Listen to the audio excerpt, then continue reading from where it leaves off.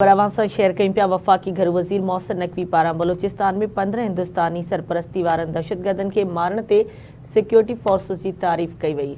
वफ़ाक़ी घर वज़ीर मोहसिन नक़वी कामयाब कार्रवाइयुनि लाइ सिक्योरिटी फोर्सिस जी जुर्रत ऐं पेशावरानी सलाहियत जी तारीफ़ कई।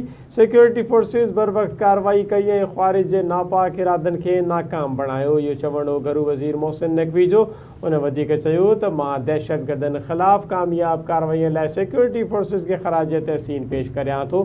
सिक्योरिटी फोर्सिस बलूचिस्तान में फितनुल हिंदुस्तान ऐं फितनुल ख़वारिज खे ख़त्म करण लाइ पुरज़म आहिनि। मोहसिन नक़वी जो चवणो त क़ौम दहशतगर्दी ख़िलाफ़ जंग में सिक्योरिटी फोर्सिस सां गॾु बीठी आहे।